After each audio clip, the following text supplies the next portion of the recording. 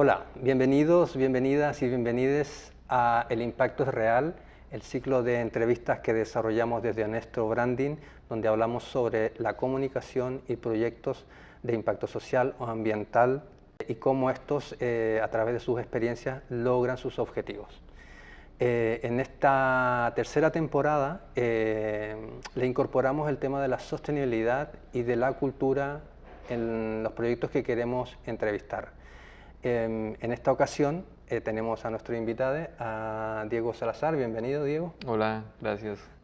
¿Y por qué? Porque Diego es el director y el impulsor de Conectats, cooperativa, que es una agencia que ayuda en el diseño e implementación de proyectos culturales, y también es el impulsor de FES Cultura, que es una incubadora que impulsa y apoya la promoción de proyectos culturales, tanto en el ámbito de la migración, en proyectos ecosociales y en proyectos desarrollados por jóvenes. Diego lleva más de 20 años en Cataluña desarrollando estos proyectos. También asesora a instituciones, a organizaciones también en proyectos culturales, da charlas sobre derechos culturales, que también es un tema muy vigente. Y nada, no sé si se me queda algo en el tintero, Diego, ¿qué quieres aportar? No, creo que viene bien. Creo que viene bien, así como bien. Bueno, esa fue como la presentación más formal. Como decía, el impacto es real. En esta temporada pretende que hablemos sobre cómo los proyectos culturales implementan la sostenibilidad dentro de ellos. Pero antes de entrar en ese tema, queremos preguntarle a Diego el por qué creó Conectats, por qué existe, cómo eso se vincula a tus valores personales, y luego que nos cuentes también el para qué está creada esta entidad. Vale, pues nada, antes de comenzar, Cristian, muchas gracias por la invitación, por la charla. Siempre está bueno poder conversar sobre estos temas que también le ayudan a uno a organizar las ideas, ¿no? Conectats es una cooperativa que creamos en el año 2009 como una agencia cultural, ¿no? Entonces nos dedicamos a desarrollar, a gestionar y a evaluar proyectos culturales, pero la cooperativa nació desde el lugar desde donde vengo yo, que es desde el lugar de la comunicación. Yo soy comunicador audiovisual, que vine aquí justamente a Cataluña, a la Universidad Pompeu Fabra, a hacer mis estudios de comunicación audiovisual. Y en ese momento en el que vinimos a vivir aquí, ¿no? Yo me encontré con un tema que estaba ocurriendo en la ciudad, y que fue un tema que yo empecé a investigar en ese momento, que en ese momento lo enfocaba desde la comunicación, ¿no? Y el problema que nos encontrábamos era que en el año 2004 el boom, digamos, de las migraciones a España pues había generado una convulsión social en donde la respuesta institucional y la respuesta también de los medios de comunicación y también la respuesta política era una respuesta de algún modo restrictiva, podríamos decir hasta violenta, ¿no? En el sentido, digamos, más de la comunicación y de cómo se abordaba el tema, ¿no? Okay. Había como un cierto rechazo social que hoy en día también lo vemos diferente. En ese momento era como lo que abría los telediarios todos los días, ¿no? Y entonces la respuesta o las preguntas más bien que nos hacíamos nosotros era, bueno, ¿y qué podemos hacer desde el ámbito de la comunicación para poder hacer que esta conversación sobre las migraciones sea diferente? Y entonces pensamos en crear un producto de comunicación que se llamara Conectats, que lo que intentara hacer fuera conectar a la gente que había venido de fuera con la gente que vivía aquí, porque lo que entendimos en ese momento es que había un desconocimiento mutuo que era necesario, digamos, romper, ¿no? O darle una vuelta a ese desconocimiento. Y así creamos un producto de comunicación, que era un programa de televisión que pasaba por los canales locales de Cataluña, en donde lo que hacíamos era ir viendo espacios de la cultura donde las personas que habían venido de fuera estaban desarrollando sus propios procesos y las personas que vivían en ese territorio desde antes estaban interactuando, ¿no? Entonces nos dedicábamos a ir mostrando eso, que era como una parte que no estaba tan presente en el mundo de la comunicación aquí. Y de ahí empezamos a trabajar ya con otras prácticas aparte del mundo de la comunicación, con otras prácticas artísticas y culturales.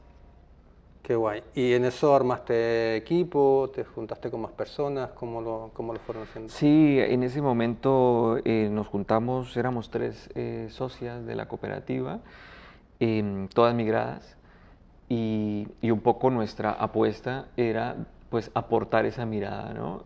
Es decir, somos personas que hemos venido a vivir a este territorio, tenemos un cierto conocimiento pues de esa experiencia y nos estamos abriendo también paso en el mundo profesional en este territorio y pues vamos a desarrollar una respuesta a este problema que estamos encontrando aquí. Y junto también con gente de la Pompeu Fabra, con amigos y amigas estudiantes de la universidad, empezamos a desarrollar estos procesos. Entonces eran procesos que tenían mucho que ver con el mundo universitario, pero también mucho que ver con el mundo asociativo. Y nos pasamos 3 años haciendo un programa de 25 minutos semanal. Semanal, Claro. era mucho trabajo. Sí, sí, sí. Semanalmente producíamos 25 minutos y lo que íbamos encontrando pues era más gente, entonces eso también nos ayudó a conocer mucho la ciudad porque cada semana teníamos que ir a un sitio diferente, a buscar personas que estuvieran trabajando en temas culturales porque nuestra apuesta era preguntarnos cómo la cultura es el lugar donde la gente está interactuando y se está conociendo y está descubriendo a esa otra ciudadanía que está llegando al territorio. ¿Y qué esperaban o qué esperan? Bueno, me imagino que quizás los objetivos han ido mutando un poco, pero ¿cuál es la finalidad última de Conectats? O sea, más o menos ya lo has dicho, pero si lo puedes clarificar en una idea. O sea, la respuesta está en el nombre, ¿no? O sea, a nosotros nos interesa hacer conexiones entre personas, ¿no? Vale. Generar diálogos entre personas y entre personas que no tienen por qué pensar lo mismo, pueden pensar completamente diferente, pero lo que nos interesa es poder establecer espacios de diálogo a través de prácticas, ¿no? Entonces, en un primer momento la práctica era la práctica de la comunicación social, que era desde el lugar donde lo enfocábamos. Entonces, utilizábamos mucho el vídeo, hemos hecho programas de radio también muchos años y luego empezamos a abrirnos a otras prácticas culturales como la danza, el teatro, el audiovisual creativo, ¿no? Entonces hemos trabajado en procesos de documental participativo muchos años y con todo eso llegamos a lo que estamos haciendo hoy en día, que es el FES Cultura, que tú ahora lo comentabas, y el FES Cultura un poco lo que hace es recoger toda esa experiencia que hemos tenido en el desarrollo de propuestas de impacto, ¿no? De propuestas que dan una respuesta a un problema o a un reto social, y lo que hace es formar, acompañar, promocionar agentes culturales, otras personas creadoras culturales que quieran ponerse a trabajar en darle una respuesta a algún desafío cultural y a través de una práctica artística, y nosotros lo que hacemos es acompañarlas. Sí, eso está muy bien porque, claro, ahí ya logras como resultados más concretos, ¿no? O sea, ya traspasa de las intenciones personales, sino que apoyas a otros a poder como amplificar este impacto, ¿no? Bueno, esta manera de conectar como todos lados. Y como decías, usaron la comunicación en un principio de manera muy fuerte, y en estos últimos años que ya Conectats ha crecido, pasamos a la siguiente pregunta, que es ¿cómo la comunicación les ha ayudado a amplificar este mensaje o esta intención de querer conectar a las personas? ¿Qué estrategias usan? ¿Qué cosas creen que pueden mejorar? Cuéntanos un poco cómo la comunicación ha sido protagonista de tu proyecto. Sí, la comunicación, digamos que es el punto de partida, ¿no?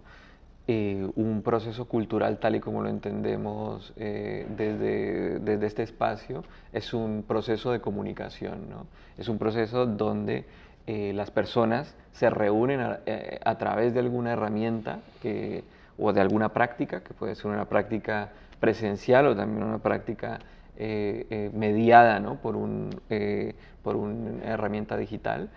Y lo que intentamos hacer es que las personas que se reúnen alrededor de esa práctica se comuniquen, ¿no? Entonces, en ese sentido, la comunicación se convierte en el hecho principal del proceso cultural. De hecho, digamos, la construcción cultural, pues ese es un hecho de comunicación, es un hecho de interacción humana, ¿no? Es la forma, lo cultural es lo que está en el medio entre tú y yo, ¿no? Ahí es donde este lenguaje que estamos utilizando, pues es nuestra herramienta cultural para poderte yo decir estas cosas que te estoy diciendo, y así con todas las personas que se pongan a circular alrededor de una idea o de un proceso, ¿no? Entonces, en ese sentido, a nosotros teniendo en cuenta eso, lo que nos interesa cuando hacemos un proceso es que el espacio esté, digamos, dispuesto para que el diálogo ocurra. Lo que nos interesa es crear escenarios de diálogo, crear escenarios donde las personas podamos decirnos cosas que de otra forma no nos decimos, porque pues en la vida diaria estamos en otras cosas, digamos, ¿no? Pero para eso nos toca preguntarnos qué es lo que queremos decirnos, o qué es lo que queremos preguntarnos también, ¿no? ¿Qué es lo que queremos que un grupo de personas se pregunte, o qué es lo que queremos que un grupo de personas, sobre qué queremos que un grupo de personas converse, ¿no? Pero, por ejemplo, ahí, esto es interesante porque para que llegue a eso, previamente, y lo digo también por experiencia personal, porque a través de un proyecto cultural en el cual yo coordino, también participé de FES, pero a lo que voy es de preguntarte es, porque a mí me hizo conexión eso, ¿cómo contaban ustedes la experiencia que estaban proponiendo donde uno podía participar? ¿Cómo lo contaban, esa narrativa que creaban, esa storytelling, como se llamaría en marketing? ¿Cómo trabajan ese storytelling? Porque estamos hablando de un público específico, ¿no? Que tiene ciertas necesidades, que tiene como ciertos digamos, valores que quiere ver reflejado también en dónde va a participar.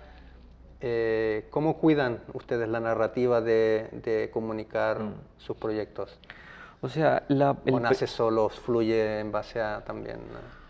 O sea, en un inicio nació de unas necesidades que eran nuestras necesidades, ¿no?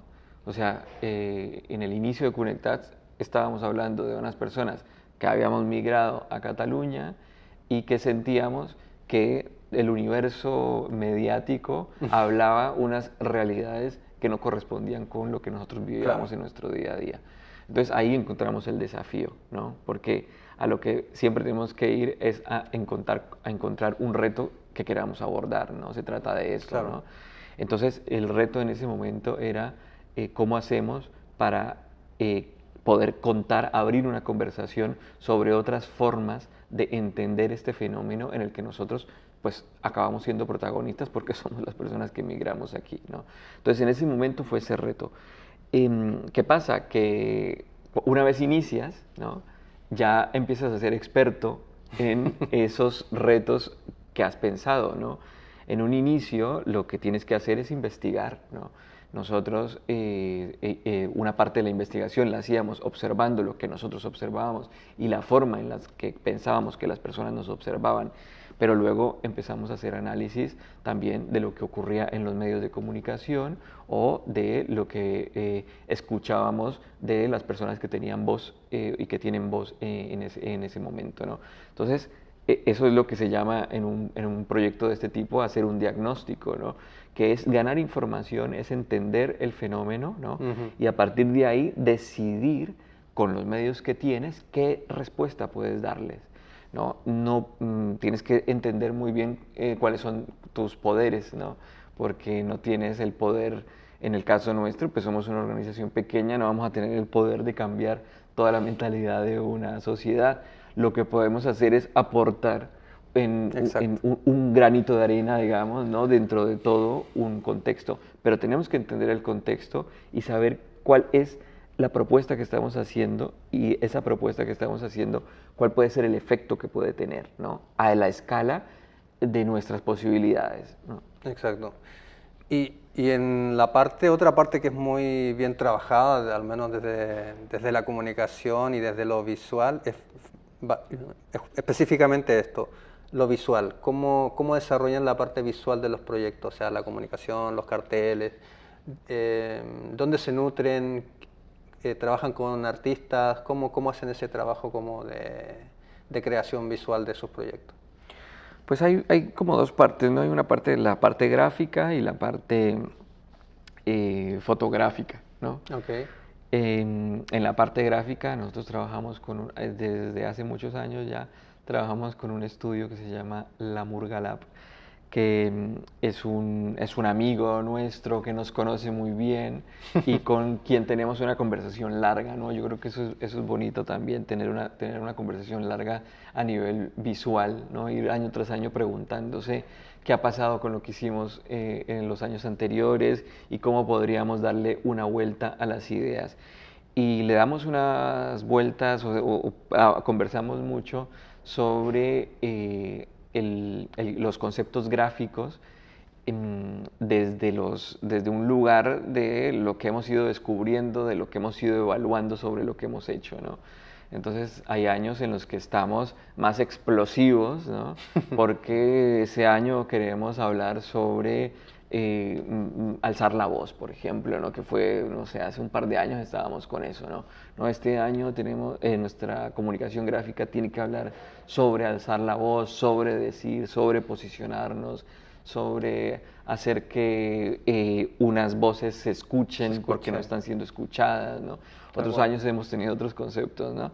Y a nivel fotográfico sí que intentamos ir poniéndole cara a las personas, a la gente que participa y también poniéndole un poco de voz y aprovechando las voces que hay. Yo creo que hay un ejercicio que es clave, que es el ejercicio de la escucha constante. Cuando trabajas con personas, tú eres una persona más dentro de un equipo, dentro de un grupo, ¿no? Y lo que tienes que hacer es ver cómo se están diciendo las cosas en esas otras personas, cómo están saliendo las cosas, que últimamente se habla mucho en branding se habla mucho también de la imagen verbal, no sé si se dice así, pero del cómo se dicen las cosas, ¿no? A nivel verbal, ¿no? Y yo creo que hay que estar muy activos en la escucha para saber cómo es que la gente está asumiendo, porque estamos en una época donde hay mucho eslogan y los eslogan o las palabras repetidas acaban perdiendo su poder, ¿no? Entonces tenemos que ir más bien, antes que estar escuchando más los eslóganes, hay que ir escuchando más bien cómo la gente en el común está diciendo las cosas que queremos decir. Sí, es verdad, es un punto interesante. Por ejemplo, hablaba yo con otras personas y la palabra comunidad, por ejemplo, en muchos ámbitos está muy manoseada, se usa mucho y se habla mucho de comunidad, creamos comunidad y hay que tener cuidado con seguir como esas tendencias, ¿no? De querer replicar un discurso. Y está bueno esto de querer escuchar más a las personas y cómo se están comunicando. Creo que es un ejercicio que todas las entidades o los proyectos tienen que hacer. Genial, me parece súper bien que estén enfocados de esa manera, trabajar también con personas con comunicadores o con creadores gráficos que conozcan su trabajo desde tiempo y puedan hacer hay una coherencia gráfica en el tiempo, pero también una evolución, ¿no? Creo que eso es interesante. Bueno, pasamos a la siguiente pregunta que tiene que ver ya un poco cómo desde esta planificaciones, de estos trabajos culturales, cómo han ido incorporando las estrategias o los criterios de sostenibilidad, entendiendo la sostenibilidad como criterios que hablan tanto desde la gobernanza de un proyecto, desde cómo se implican en lo social y también bueno, en lo medioambiental, que siempre es lo más conocido de la sostenibilidad. Cuéntanos un poco cómo ustedes han... Bueno, me puedo adelantar un poquito, voy a aprovechar de decirlo. A nivel ambiental, ya en los proyectos o en los eventos que desarrollan ustedes, ya se ven de manera visual que hay una cierta preocupación por estos temas. El tema de reciclaje, el tema de trabajar con proyectos locales, o por ejemplo el tema de alimentación, que he visto que han implementado caterings con proyectos migrantes. Entonces eso también habla como de una cierta búsqueda de esto, ¿no? De la sostenibilidad en los proyectos. Seguro que hay cosas que no se ven, pero que hay mucho trabajo también. Cuéntanos un poco de eso.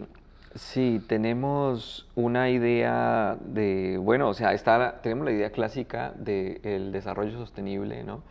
En la cabeza, pero también cuando se habla de desarrollo sostenible hablamos de el ámbito económico, del ámbito social y del ámbito medioambiental en esta idea clásica del desarrollo sostenible, ¿no?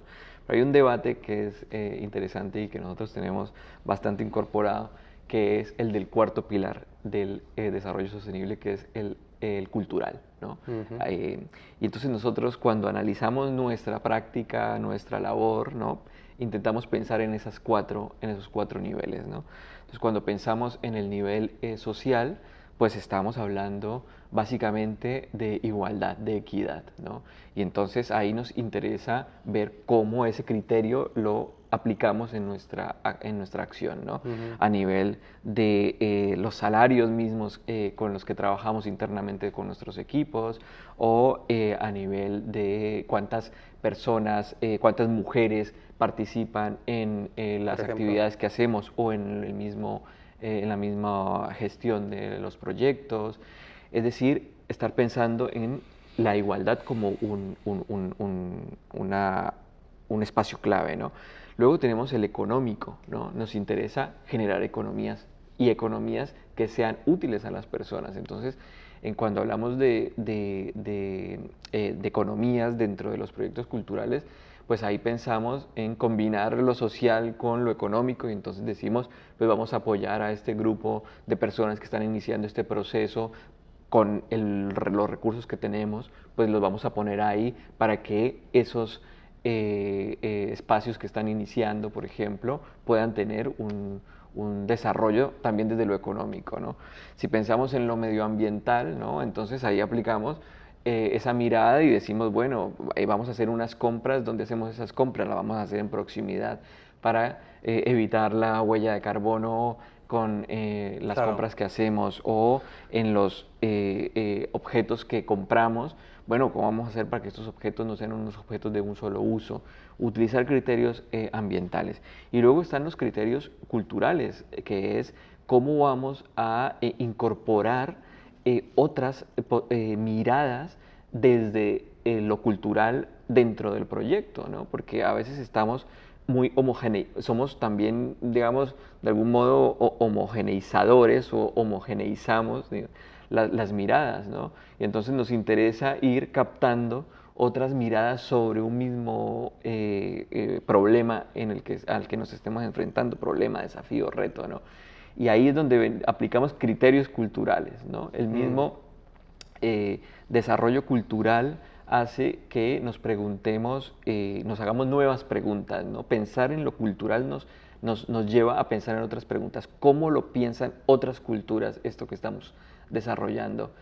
Y eso lo ponemos ahí en el centro y lo hacemos visible para que las personas que estamos participando entendamos que no tenemos una única forma de pensar o de imaginar un problema, sino que hay diferentes formas, ¿no? Dame un ejemplo, una experiencia que hayan desarrollado en este sentido, sobre todo lo cultural, que es como interesante también y novedoso. Sí, no sé, con el mismo tema de sostenibilidad, cuando hablamos de sostenibilidad ambiental, hablamos en este entorno, ¿no? Estamos en Cataluña, en Europa, ¿no? Y entonces cuando se habla de sostenibilidad, por lo general estamos hablando de energías renovables, estamos hablando de utilizar la bicicleta y no utilizar el coche, ¿no?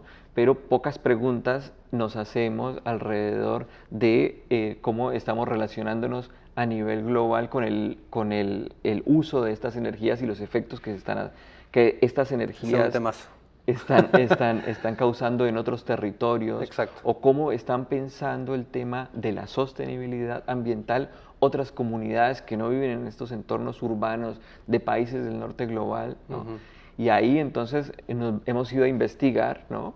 A escuchar esas voces y a poner esas voces en nuestras presentaciones, en nuestros debates, ¿no? Que es traer otros conocimientos desde culturas que entienden el río como un ser vivo, por ejemplo, ¿no? Aquí entendemos el agua como un recurso. Si miramos desde lo cultural, entonces está bien que nos vayamos a ver a unas comunidades que entienden, no sé, el río ya no como un recurso, sino como un ser vivo que tiene los mismos derechos que tenemos tú y yo como seres vivos también, ¿no? Y ahí se mezcla, ¿no? Como lo ambiental y lo cultural dentro de la sostenibilidad, ¿no? exactamente. Como la mirada distinta. La mirada, yo creo que ahí entra el tema de la diversidad como un eje central de esa noción de lo cultural, ¿no? Tenemos que poner esa mirada de la diversidad cultural en el centro para poder entender las cosas de una forma más amplia, ¿no? No tenemos la única mirada, tenemos que buscar otras perspectivas, pues para poder entender de formas más ricas los retos a los que nos enfrentamos, ¿no? Es como un poco lo que hace mucho tiempo se hablaba de lo que era la mirada eurocentrista, ¿no? Del planeta o del mundo. Claro, existen otras miradas en otros lados, otras culturas que ven, sobre todo en el ámbito de dónde vivimos, cuál es nuestra casa, cuál es la tierra que es como nuestra casa, cómo nos relacionamos. Las culturas, cada cultura se relaciona de manera distinta, ¿no? Sobre todo las originarias, ¿no? Los pueblos originarios. No, pues... bueno. Y nada, creo que es súper importante que podamos incorporar esta pata cultural en la sostenibilidad. Creo que dentro de la sostenibilidad, como se conoce de manera masiva, no está tan incorporado esta parte de la mirada cultural, y que significa en el fondo es como repensarnos e incorporar nuevas miradas a las lógicas que ya existen. Es un punto que para los que nos están mirando es importante incorporar en sus proyectos culturales. No creer que siempre nuestra mirada es la que tiene la más validez. Es importante chequear de alguna manera qué están pensando nuestras comunidades o los públicos a los que nos dirigimos, y encontrar, y eso lo que nos permitiría es como ampliar, ¿no? Un poco la mirada que tenemos, y enriquecería mucho más los proyectos. También por eso creo que una de las cosas que también como un criterio de sostenibilidad es incorporar dentro de los equipos personas que correspondan que tengan una diversidad, tanto en lo cultural, en lo identitario, también en las maneras de pensar. Eso hace que los proyectos sean mucho más ricos en cuanto a contenido también. Y para ir cerrando, Diego, me parece muy interesante la cultura, voy a anotarlo para incorporarla también en los proyectos que desarrollamos nosotros. Para las personas que están mirando, sobre todo que tienen proyectos culturales, ¿qué consejo les daría si están empezando o están pensando en incorporar la sostenibilidad dentro de sus criterios, dentro de sus estrategias de trabajo? ¿Qué les recomendarías? ¿Por dónde deberían partir? Porque me imagino que esto es un tema muy grande que quizás puede un poco agobiar a las personas, pero ¿por dónde podrían partir para empezar a incorporar estas medidas, ¿no? Estos criterios? Yo creo que estamos como en un momento así del mundo bastante caótico, ¿no? Por decirlo de alguna manera, ¿no? Un momento donde hay unas tensiones y unas incertidumbres que creo que tocan a todo el planeta, ¿no? Y entonces lo que creo que podemos hacer desde este lugar, ¿no? Que es un lugar de personas que nos dedicamos a tratar de observar fenómenos sociales, fenómenos culturales, y que queremos darle una respuesta a esos fenómenos, una respuesta en positivo, una respuesta constructiva, una respuesta también de defensa de unos espacios que parece que nos quieren arrebatar, en términos de derechos, por ejemplo, ¿no? En términos de igualdad, de justicia social. Entonces, yo creo que tenemos que evaluarnos, evaluar cuáles son los poderes. Últimamente estoy hablando de los poderes porque me interesa pensar que tenemos poderes, ¿no? Me interesa que pensemos que cada persona tiene unos poderes. No son unos poderes, digamos, enormes, pero son unos poderes. Entonces tenemos que tener claros que tenemos esos poderes como equipos, como grupos, ¿no? Y ponerlos al servicio de forma clara y de forma consciente de unos retos que identifiquemos y que nos interesen por historias personales o por que nos afectan en comunidad, ¿no? Y creo que es una responsabilidad, es una necesidad también, ¿no? De sentarse, de tomar un papel con los amigos, con los grupos, con los colectivos con los que estemos y dibujar un poco qué es lo que podemos hacer frente a este universo en el que estamos tan complejo, ¿no? ¿Qué es lo que podemos hacer con lo que tenemos? Y a partir de ahí entonces viene todo el resto de esto que llamamos sostenibilidad, porque en el fondo de lo que estamos hablando es de sostener la vida, ¿no? No creo que haya otra cosa a la que nos podamos dedicar si queremos tener un mundo mejor, ¿no? Que es, bueno, intentemos entregarle a la vida, ¿no? un cuidado, ¿no? ¿Cómo lo podemos hacer? Pues hay muchas maneras, ¿no? Hay unas maneras de mirarlo desde lo ambiental, hay otras maneras de mirarlo desde lo social, ¿no? Hablar de equidad no es hablar únicamente de altruismo, ¿no? Es hablar de cuidar la vida de otras personas, Claro. de cuidar la vida de la comunidad, ¿no? Si nos dedicamos a cuidar la vida, creo que la sostenibilidad, todos estos discursos de la sostenibilidad van a venir por sí solos, porque en lo que tenemos que creer es en la vida, en la nuestra y en la del resto, no únicamente de la humana, también del medio ambiente, de la que produce la vida en su conjunto, ¿no? Sí, me parece muy interesante, creo que debemos tomar nota. El concepto del poder creo que es súper interesante poder incorporarlo dentro de nuestras cabezas y poder, ya han dicho la palabra, y poder desde ahí pensar en futuros posibles, ¿no? Pues futuros positivos, por supuesto. Me quedo con esa última frase, creo que es súper interesante. Y bueno, con esto despedimos aquí la entrevista. Te agradezco, Diego, de estar en este tiempo, de tomarte tu tiempo de poder conversar. A ustedes les queremos decir que esta es la tercera entrevista que desarrollamos en este ciclo. Seguiremos realizando más entrevistas con otros proyectos que están incorporando la parte de la sostenibilidad dentro de la cultura principalmente. No sé si quieres decir algo, algunas palabras finales, Diego, para terminar. No, sigamos conversando, sigámonos encontrando, que hay mucho para tirar del hilo. Mira. Nunca mejor dicho. Pues sí, es verdad. Así que les agradecemos a todas, a todos, por seguir hasta aquí, hasta el final. Y publicaremos esta entrevista en nuestro canal de YouTube y en LinkedIn y en Instagram, así que síganos en redes también y dejen sus comentarios cuando les apetezca también. Y nos seguimos viendo. Muchas gracias. Chao, chao.